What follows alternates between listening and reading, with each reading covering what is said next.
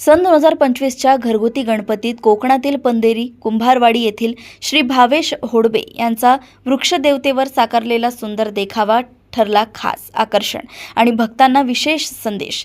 त्यांनी गणेश भक्तांना या देखाव्यातून झाडे लावा झाडे जगवा असा संदेश देऊन वृक्षदेवतेच्या हाती दिलेल्या मुलाच्या माध्यमातून असा संदेश दिलाय की झाडाची मुलांप्रमाणेच जोपासना करा।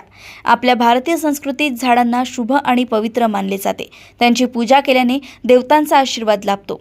जसे वृक्षाच्या मुळामध्ये ब्रह्माचा वास असतो, वृक्षाच्या खोडात विष्णुदेव निवास करतो, वृक्षाच्या फांद्यांमध्ये शंकर देवांचा वास तर पानापानात देवतांचा वास असतो। इतकेच काय तर पिंपळ आणि वडाच्या झाडाला तर वटवृक्ष मानतात, ज्याची पूजा केल्याने सर्व इच्छा पूर्ण होतात, असे एक धार्मिक महत्त्व आहे।